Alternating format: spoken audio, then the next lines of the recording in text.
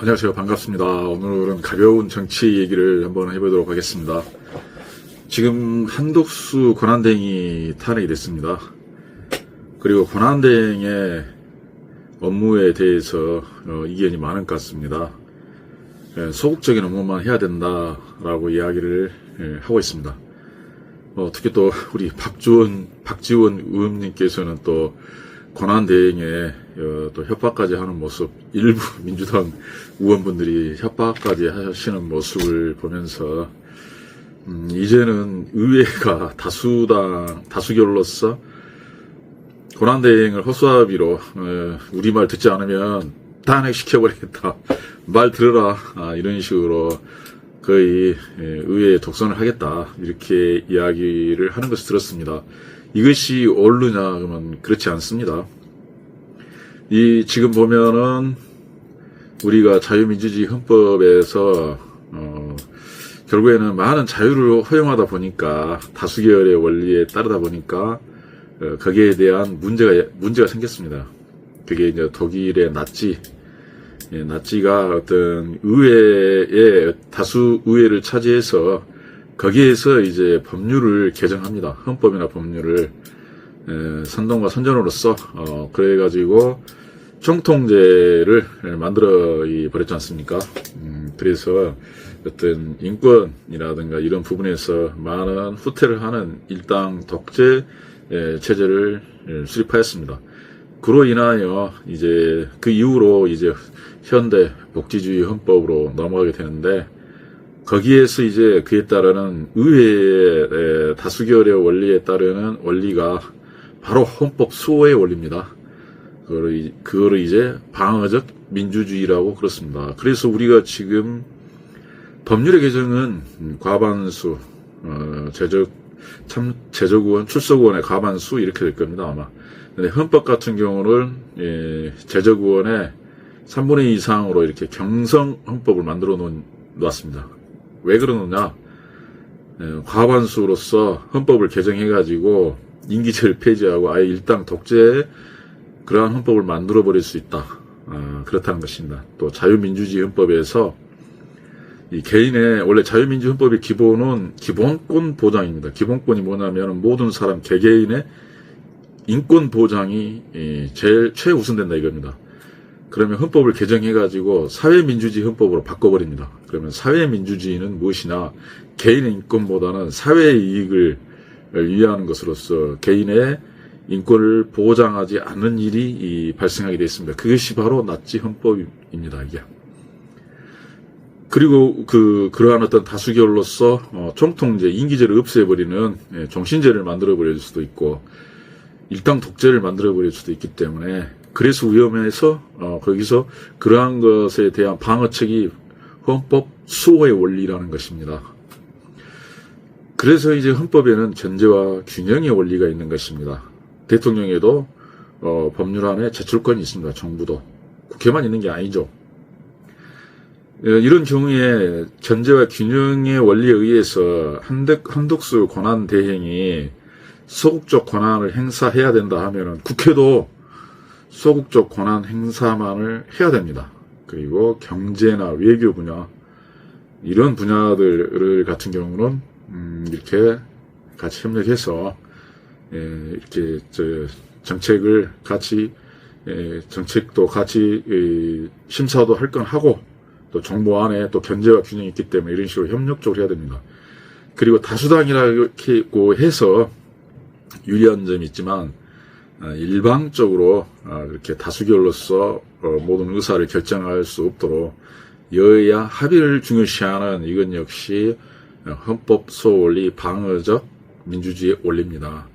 이 국민이 뽑아놓은 대표에 의해서 민주주의가 무너져 버린다, 이런 것입니다. 일당 독재로 가버린다, 이런 것입니다. 그래서 그러한 원리, 그 다음 헌법재판의 원리, 경성헌법의 원리, 그 다음에 있는 게 헌법재판소, 그러니까 법률을, 헌법이 위반된 법률을 무효화시키는 그러한 위헌법률 심사, 헌법재판제도 이러한 경우가 바로 그러한 원리를 하겠습니다.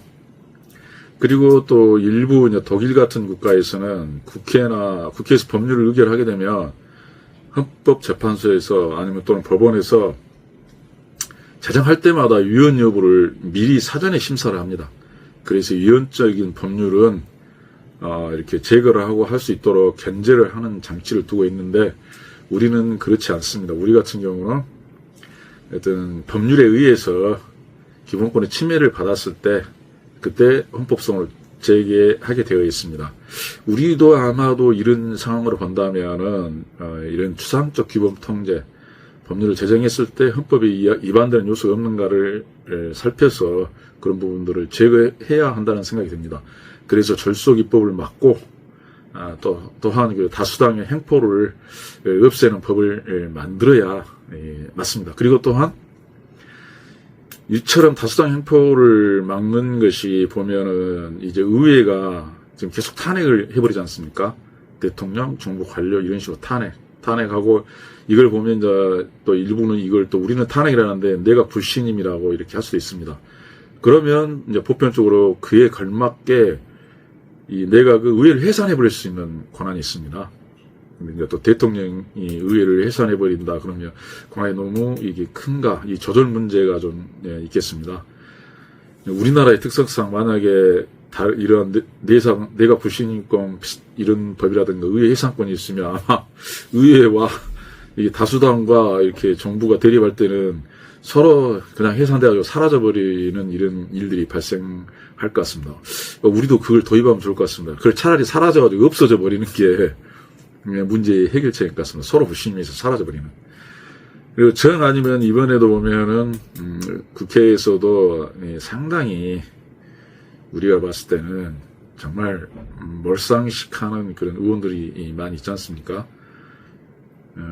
자기들이 마치 지금 우리나라는 국회의원들이 폭군 같습니다. 이게 자기가 마치 뭐 북한의 김정은처럼 김정은도 그렇게 공개 석상에서 사람을 망신 주고 모욕 주고 그렇지는 않습니다.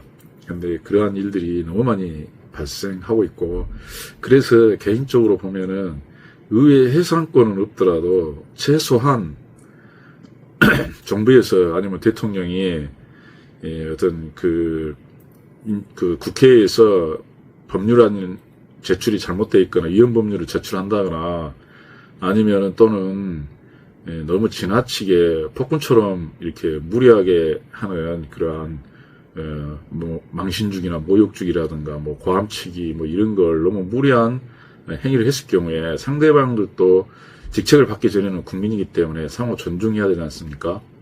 그런 것처럼 그런 행위를 했을 때는 그 국회의원을 탄핵 심판을 해서 권한을 정지시켜서 그의 언행이 헌법에 맞는가 한번 심사를 해가지고 탄핵하는 이러한 제도를 도입해야 되지 않는가 이렇게 생각하고 있습니다.